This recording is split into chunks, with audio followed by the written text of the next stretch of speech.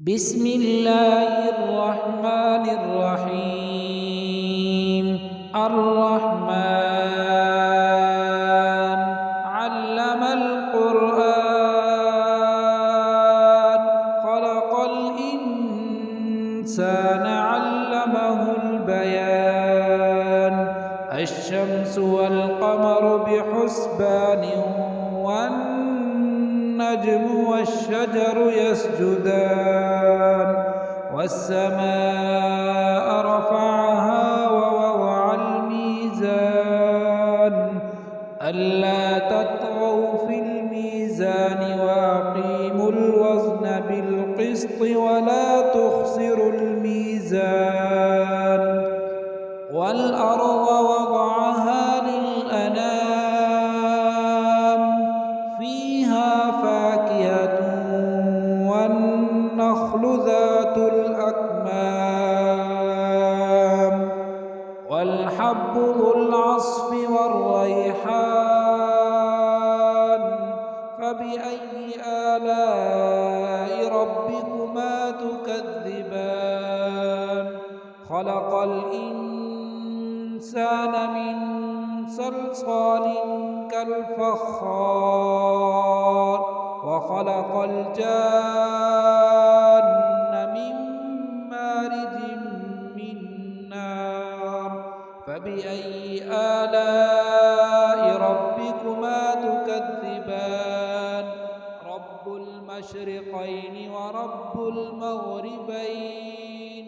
فبأي آلاء ربكما تكذبان مرج البحرين يلتقيان بينهما برزخ لا يبغيان فبأي آلاء ربكما تكذبان يخرج منهما اللؤلؤ والمرجان فبأي آلاء ربكما تكذبان وله الجوار المنشآت في البحر كالأعلام فبأي آلاء ربكما تكذبان كل من عليها فان ويبقى وجه ربك ذو الجلال والإكرام فبأي آلاء ربكما تكذبان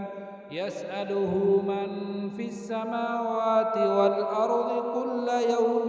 هو في شأن فبأي آلاء ربكما تكذبان سنفرغ لكم أيها الثقلان فبأي آلاء ربكما تكذبان يا معشر الجن والإنس إن استطعتم أن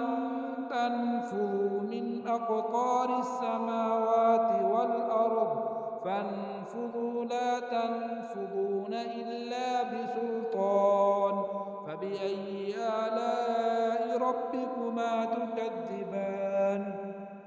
يرسل عليكما شواظ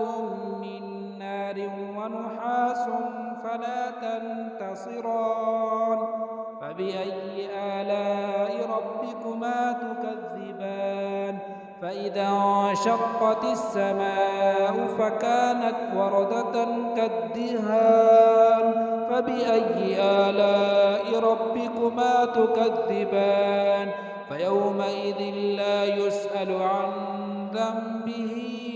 إنس ولا جان فبأي آلاء ربكما تكذبان يعرف المجرمون بسيماهم فيؤخذ بالنواصي والأقدام فبأي آلاء ربكما تكذبان هذه جهنم التي يكذب بها المجرمون يطوفون بينها وبين حميم آن فبأي آلاء ربكما تكذبان ولمن خاف مقام ربه جنتان فبأي آلاء ربكما تكذبان